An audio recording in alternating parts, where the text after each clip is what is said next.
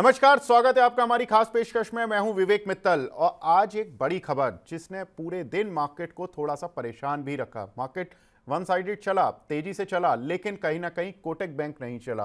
Kotak bank के पीछे वजह भी बड़ी थी। आरबीआई ने उसके जो नए क्रेडिट कार्ड हैं उन पर रोक लगाई, जिसकी वजह से हमने देखा कि 11% शेयर गिरकर बंद हुआ है, 13% तक काउंटर गिरा और बैंक की मार्केट कैप भी करीब 36,000 करोड़ रुपए तक डेंट पहुंचा है मार्केट कैप को। तो एक बड़ा नुकसान कोटक बैंक के शेयर धारकों को भी लगा और साथ ही कोटक बैंक में जो प्रमोटर होल्डिंग है या जो भी निवेशक हैं, बड़े निवेशक हैं, उनकी वेल्थ में भी इरोजन होता हुआ दिखाई दिया। काफ़ी कुछ प्रॉब्लम रही है बैंक की। अगर हम देखें आरबीआई के प्रोस्पेक्टिव से, काफ़ी सारे बैन लगे हैं। अगर हम उन बैन को भी देख लेते हैं एक बार। अप्रैल 2024 में अब चूंकि कोटक बैंक पर के क्रेडिट कार्ड पर रोक लगी है। इंडिया इन्फोलाइन के गोल्ड लोन पर मार्च 2024 से रोक लगी थी। जेएम फाइनेंशियल पर मार्च 2024 में आईपीओ फंडिंग और डिबेंचर फंडिंग के जरिए रोक लगी थी। नवंबर 2023 से बजाज फाइनेंस के 2 लोन प्रोडक्ट्स पर रोक लगा रखी है आरबीआई ने। बैंक ऑफ बड़ौदा के अक्टूबर 2023 से मोबाइल एप्लीकेशन पर रोक लगी हुई है। एचडीएफसी बैंक पर दिसंबर 2020 से मार्च 2022 तक नए क्रेडिट कार्ड पर रोक लगाई गई थी आरबीआई की तरफ से। और पेटीएम को 2018 से लगातार चेतावनी मिल रही थी और अभी जनवरी 2024 में उनके पेटीएम बैंक पर भी रोक लगी है। अब इस मुद्दे को डीप में जाकर थोड़ा एनालिसिस करने की जरूरत है और हमारे साथ खास मेहमान जुड़ चुके हैं। हमारे साथ जुड़े हैं शरद मिश्रा .com के promoter Sharad Mishra ji. Sharad sir, good evening sir. Sir, ये जो सारे मामले हो रहे हैं, जी साहब। जी विवेक जी, बोलिए बोलिए प्लीज। शरद सर, ये जितने सारे मामले हो रहे हैं, सर, अगर लाइन लगाकर देखें तो पिछले 3 साल में आरबीआई शायद ज़्यादा ही सख्त हो गया, या ये हम कह सकते हैं कि केवाईसी को लेकर हमारा सही में हमारा सिस्टम कमज़ोर हो गया। जिस केवाईसी की हम बात करते थे कि दुनिया में हमारा केवाईसी सिस्टम बहुत स्ट्रांग है, ये कहीं ना कहीं कमज़ोर हो गया। सर, ये सवाल है कि क्या सही में हमारा केवाईसी सिस्टम इतना कमज़ोर हो गया है? देखिए विवेक जी, आप रिलेटिव टर्म्स में देखिए। अगर आप कोटक बैंक को भी देखेंगे तो करीब अगर इनका क्रेडिट कार्ड बेस देखें, करीब 12,000 करोड़ का बेस है। छोटा बेस नहीं है। और इस तरह के मैमथ सिस्टम्स के लिए इंफ्रास्ट्रक्चर बहुत स्ट्रांग होना चाहिए। और केवाईसी से रिलेटेड देखिए, बहुत ही डायनेमिक प्रोसेस होता है बैंकिंग में केवाईसी मैनेजमेंट। उसको आप कितना भी फूल प्रूफ रखें, उसमें प्रॉब्लम्स आने के चांसेस रहती हैं। डायनेमिक स्टेप्स ये होते हैं केवाईसी प्रोसेसेस को इम्प्रूव करने के लिए। और जितना सिस्टम बड़ा होता जाता है, जितना उतने ही ज्यादा केवाईसी रिलेटेड इश्यूज में रिस्क भी रहता है। और ये अच्छा है कि कहीं ना कहीं reserve bank of India in सारे इश्यूज को बहुत सीरियसली हैंडल करता है। और चाहे वो इंडियन, अगर आप फाइनेंशियल मार्केट में देखें, चाहे टॉप प्लेयर्स हो including HDFC bank, Kotak bank, इन सब की प्रोसेसेस पर भी अगर आरबीआई की क्वेश्चनिंग होती है तो ये कहीं ना कहीं क्लाइंट के लिए बहुत फेवरेबल है। और इंडियन फाइनेंशियल सिस्टम की रोबस्ट बिहेवियर के लिए और स्ट्रेंथ के लिए ये सारे स्टेप्स बहुत जरूरी हैं। We have to take it with a pinch of salt, और इसमें कहीं कोई खराबी मुझे नजर नहीं आती। बिल्कुल। मैं बता दूं दर्शकों को कि शरद सर ना बैंकर भी रहे हैं और सर का जो मेन बैकग्राउंड है वो बैंकिंग का रहा है। काफ़ी लंबे समय तक सर एक लीडिंग बैंक के साथ बहुत सीनियर पोजीशन पर रहे हैं। सर, लेकिन इंडस्ट्री ये बोल रही है कि आरबीआई थोड़ा सख्त ज़्यादा हो गया है। क्या ये बात सही है? देखिए, कहीं ना कहीं देखिए, हमेशा सिक्के के दो पहलू होते हैं। देयर आर ऑलवेज, हमेशा कहीं ना कहीं किसी भी स्टेप के, रेगुलेटरी बॉडी के किसी भी स्टेप के प्रोमोटर्स भी होंगे और कहीं ना कहीं उसके अगेंस्ट क्वेश्चंस भी उठेंगे। लेकिन मेरा ऐसा मानना है कि ये सारी चीजें जो रिजर्व बैंक रिलेटेड होती हैं, काफी इंक्वायरी ये बात होती है विवेक जी। इस पे काफी प्रोलॉन्ग्ड इंक्वायरी होती है और लंबे समय तक रिजर्व बैंक चीजों को ऑब्जर्व करता है। कई बार नोटिसेस इशू किए जाते हैं, कई बार बैंक्स को और फाइनेंशियल इंस्टीट्यूशंस को। जब उसको नोटिसेस के बावजूद बैंक की तरफ से करेक्टिव स्टेप्स में कहीं कोई कमी रह जाती है, फाइनेंशियल इंस्टीट्यूशन के लेवल पे कहीं ना कहीं कमी रह जाती है, तब इस तरह के ड्रास्टिक स्टेप्स लिए जाते हैं जहां बिजनेस को कुछ समय के लिए पोस्टपोन किया जाता है। तो इसमें मुझे नहीं लगता कि इतना ज्यादा क्रिटिसाइज करने की जरूरत है। मुझे लगता है रिजर्व बैंक ऑफ इंडिया ने जो पिछला प्रेसिडेंस है उन सबको देखते हुए, एचडीएफसी बैंक में भी देखी हुई है कि 2020 के आसपास ऐसी तरह का कुछ स्टेप हुआ था, 2 साल चला, उसके बाद वो सब चीजें देखिए दोबारा स्ट्रीमलाइन हो गई एचडीएफसी बैंक के लिए। तो मुझे नहीं लगता रिजर्व बैंक ऑफ इंडिया पर इस तरह का हमको कोई डाउट है। मुझे लगता है बिल्कुल सही स्टेप है, और इससे कहीं ना कहीं फाइनेंशियल मार्केट को फायदा ही होगा। बिल्कुल, चलिए, तो ये अच्छी बात है कि फाइनेंशियल मार्केट को फ़ायदा होगा और कस्टमर जो कि बैंक्स में अपने पैसे देते हैं एज एन डिपॉजिट, उनको एक सुरक्षा मिलेगी। और क्योंकि आरबीआई ने जो सवाल उठाए हैं वो बैंकिंग सेक्टर में कोटक के इंफ्रास्ट्रक्चर को लेकर उठाए हैं। इंडिया इन्फोलाइन के जो थे सवाल वो अलग थे जो आरबीआई ने उठाए थे। जेएम फाइनेंशियल में आईपीओ फंडिंग को लेकर उठाए थे। तो हर बैंकिंग या एनबीएफसी कंपनी से जो भी आरबीआई सवाल उठा रहा है वो कंप्लाइंस को लेकर ज़्यादा है सर। लेकिन एक चीज़ जो कि निवेशकों के मन में आ जाती है कि मैं किसी भी बैंकिंग या एनबीएफसी शेयर में पैसा फिर क्यों लगाऊं। कभी भी रात को एक खबर आएगी और शेयर 10% अगले दिन नीचे हो जाएगा, और फिर ये जो प्रोसीजर चलता है ये कम से कम 6 महीने से 1 साल 2 साल तक तो लग ही जाते हैं कि आरबीआई से कोई अप्रूवल दोबारा आपको क्लीन चिट मिल पाएगी। सर, क्या ये बैंकिंग और एनबीएफसी में निवेश करने वाले लोगों के लिए एक डर का माहौल पैदा नहीं कर रहा है? देखिए जी, मैं इसको बोलूंगा आप अलग दूसरे नजरिए से इस चीज को देखें कि अगर कोई एपेक्स बॉडी है जो रेगुलेटर है और उसको कहीं भी कुछ ऐसा नजर आता है जहां पर की एक्शंस लेने चाहिए, तो ऑब्वियसली वहां पर वो एपेक्स बॉडी एक्शन लेती है। और ये अच्छा है, इससे कहीं ना कहीं देखिए इन्वेस्टर्स को फायदा ही हो रहा है, कहीं कोई नुकसान जैसा होता हुआ दिखता नहीं है। तो लेकिन ये समझिए कि यही अगर इसी तरह के प्रोसेसेस में आप देखिए, जैसे पेटीएम के केस में हुआ, काफी समय तक पेमेंट्स बैंक में रेगुलरिटीज रही होंगी और उसको आरबीआई ने काफी समय तक डिस्कशन किया होगा, नोटिस भेजे होंगे, इसके बाद उसको बंद किया।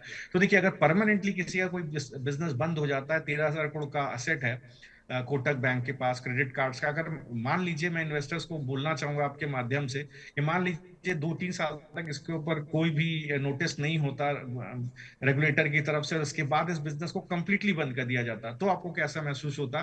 तो स्टॉक विवेक जी 10% नहीं गिरता, 50% गिरता, और इसके बाद कभी वापस नहीं रिकवर होता, क्योंकि बड़ा एक एसेट बेस था, वो शायद एनपीए हो जाता, उसके लिए प्रोविजनिंग की जाती।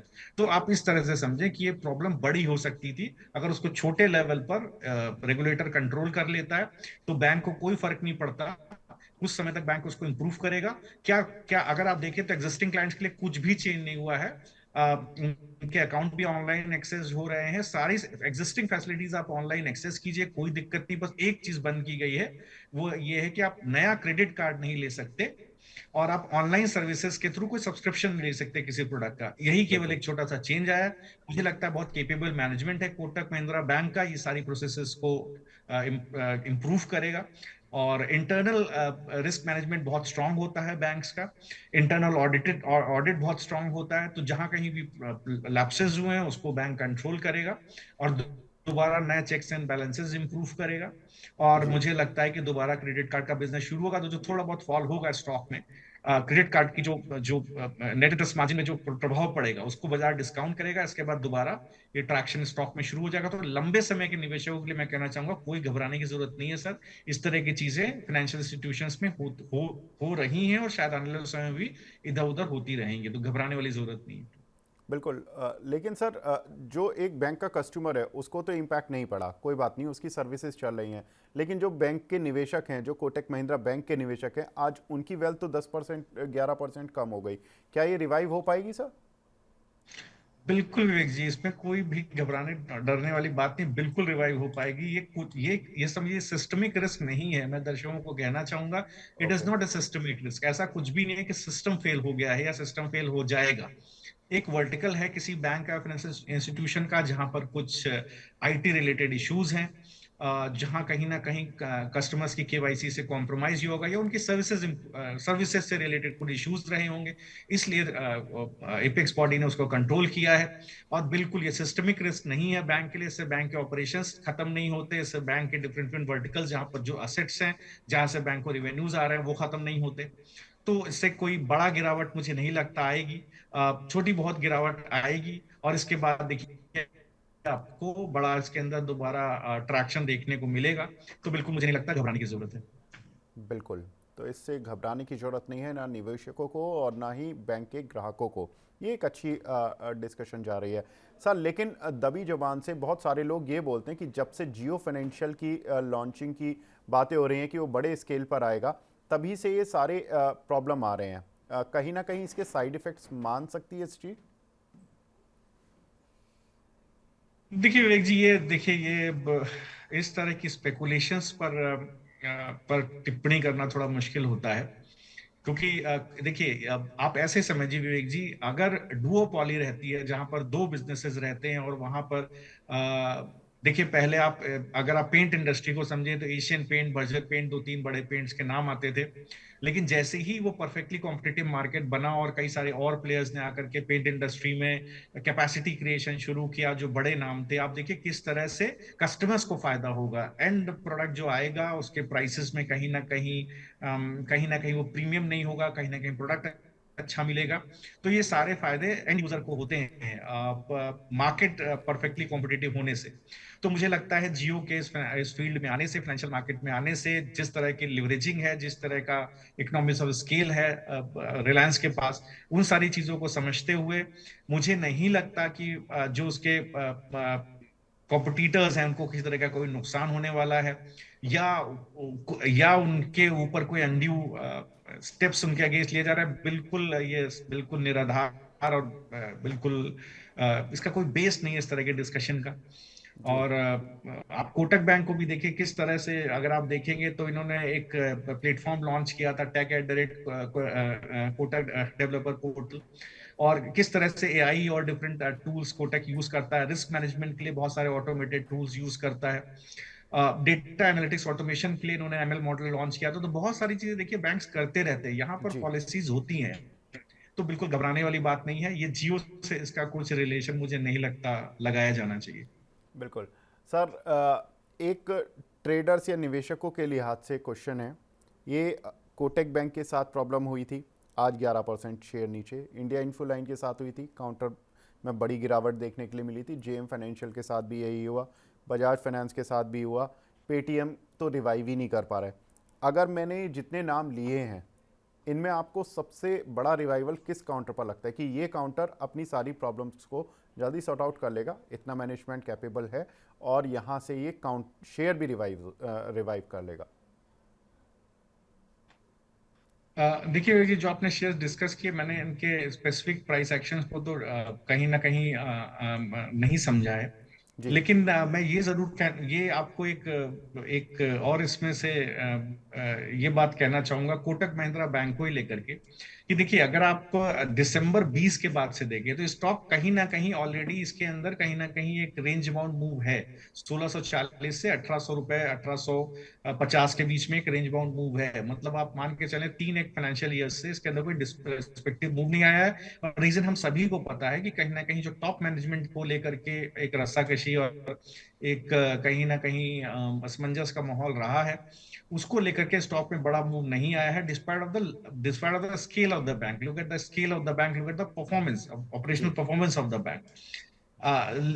लेकिन मुझे यहाँ लगता है कि जिस तरह का आज फॉल आया है विवेक जी, अगर मैं टेक्निकल चार्ट पे देखूं तो 1642 का भाव है। ये कहीं ना कहीं शॉर्ट्स इसको इस्तेमाल करेंगे गिराने के लिए विवेक जी। तो हो सकता है ये 1500 तक के भाव तक गिर जाए। और यहीं पर मैं आपको यहाँ से एकदम अलग एग्जांपल देना चाहूंगा एक पर्टिकुलर कंपनी का, अदर देन फाइनेंशियल मार्केट, वो अदर देन फाइनेंशियल डोमेन, वो है पॉलीकैप। विवेक जी, पॉलीकैप के स्टॉक में देखिए due to corporate governance issues और इसी तरह के कुछ इश्यूज आए थे, जहां पर एक फाइनेंशियल रिपोर्टिंग नंबर में प्रॉब्लम आई थी। कहीं ना कहीं अगर जी आप देखें तो जो ग्रॉस रिसीवेबल थे वो नंबर गलत गलत प्रोजेक्ट हुए थे फाइनेंशियल रिपोर्टिंग में। और ये स्टॉक कहीं ना कहीं देखिए 5,5600 से गिर करके 4,000 के भाव तक आ गया था। तो उस वक्त भी मुझे याद पड़ता है, शायद कहीं हम लोगों ने डिस्कस किया था, आपसे मेरा डिस्कशन हुआ था कि इसको बाय सर करना कौन चाहिए। सी और कंपनी देखिए अब कंपनी का नाम क्या है सर? जी, पॉलीकैब। पॉलीगैप, या बिल्कुल बात हुई थी सर। जी जी, तो देखिए 4,000 रुपए के मुझे याद पड़ता है विवेक जी, उस वक्त भी डिस्कशन हुआ था। जिस तरह के टॉप लाइन नंबर्स उस कंपनी के हैं, जिस तरह से मार्जिन ये कंपनी क्लॉक कर रही है, जी मुझे लगता है मैंने उस वक्त भी डिस्कस किया था कि इसको बिल्कुल खरीदना चाहिए। और जो गिरावट आई है, बिल्कुल नीजक रिएक्शन है। और बेहतरीन देखिए 26% का रिटर्न ऑन कैपिटल एम्प्लॉयड है इस कंपनी का। अगर इसके आप वाई वाई नंबर्स देखें, क्वार्टर ऑन क्वार्टर नंबर देखें, तो करीब करीब 13 से 14% का ऑपरेटिंग प्रॉफिट मार्जिन है कंपनी का। और बहुत अच्छी टॉप लाइन है इस साल के भी। अगर आप लास्ट 12 महीने के नंबर्स देखेंगे, तो टॉप लाइन में एक अच्छा अच्छा ग्रोथ दिख रहा है, और कहीं ना कहीं मार्जिन में भी एक अच्छा एक्सपेंशन देखने को मिल रहा है। और देखिए उस समय 4,000 जी के स्टॉक से दोबारा स्टॉक आपको दोबारा आकर के ये 5600 के लेवल पर आकर के प्रीवियस हाई के बिल्कुल। आसपास खड़ा हो गया विवेक जी। तो मेरा कहने का मतलब ये है दर्शकों से कि जहां पर ऑपरेशनल परफॉर्मेंस अच्छा है, और कोई इस तरह का एक्टिविटी होता है जो कि कहीं ना कहीं फाइनेंशियल रिपोर्टिंग रिलेटेड इशू है, या कोई एक वर्टिकल में कोई प्रॉब्लम आ जाती है, जो वर्टिकल इतना इंपॉर्टेंट नहीं है कि वो ओवरऑल प्रॉफिट्स को प्रभावित कर सके, जैसा कोटक के केस में हुआ है, तो मुझे नहीं लगता उससे कोई बड़ा प्रभाव पड़ने वाला है। थोड़े बहुत मार्जिन से इम्पैक्ट होते हैं, और दोबारा मुझे लगता है वहां पर एक खरीद की अपॉर्चुनिटी होती है। तो जितने भी शेयर विवेक जी आपने डिस्कस किए, मैंने पर्टिकुलर उनके चार्ट्स या उसका प्राइस एनालिसिस नहीं किया है। लेकिन मैं ये जरूर कहना चाहूंगा कि कहीं भी अगर कोई छोटा सा इस तरह का कोई गिरावट, इस तरह का कोई मूव आता है जो किसी छोटे वर्टिकल को या छोटे एक प्रॉफिट पोर्शन को इम्प्रेस इफेक्ट कर रहा है, उससे बहुत घबराने की जरूरत नहीं है। कोटक बैंक के केस में तो स्पेशली नहीं है।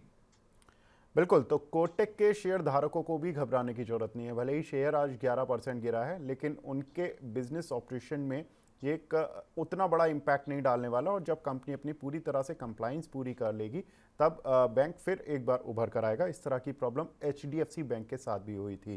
करीब 1.25 साल तक उनके साथ ये प्रॉब्लम रही। बैंक ने अपनी सारी चीज़ें ठीक की, और उसके बाद इमर्ज होते हुए शेयर भी अच्छा परफॉर्म कर पाया उसके बाद। तो इसी तरह से सर मानते हैं कि कोटक में भी कोई ऐसा बड़ी प्रॉब्लम नहीं होगी। शरद सर, बहुत बहुत शुक्रिया हमसे जुड़ने के लिए और अपनी राय रखने के लिए इतने महत्वपूर्ण मुद्दे पर sir. Thank you Vivek ji, it was a very nice interaction, and बहुत अच्छा आपने टॉपिक छेड़ा। दर्शकों को आई थिंक इस चीज से बड़ा फायदा होगा। So congratulations to you and money nine for this. Thank you sir, आपके शब्द हमें ऊर्जा देंगे। और जो दर्शक सुन रहे हैं, अगर वो निवेशक के तौर पर हैं तो भी उनको राहत मिलेगी, और अगर वो कस्टमर हैं तो उनको घबराने की बिल्कुल भी ज़रूरत नहीं है। तो शरद मिश्रा सर हमारे साथ जुड़े, और सर ने हमें बताया कि किस तरह से बैंकिंग ऑपरेशंस में जो छोटी मोटी खामियां होती हैं, अगर उनको RBI छोटी सी एक पनिशमेंट के साथ उनको ठीक करा लेता है, तो ये लंबी अवधि के लिए अच्छी बात है। इसमें डरने घबराने की कोई ज़रूरत नहीं है, ना कोटक के शेयर धारकों को, ना ही कोटक के ग्राहकों को। तो फिलहाल इस चर्चा को यहीं पर विराम देते हैं। नमस्कार।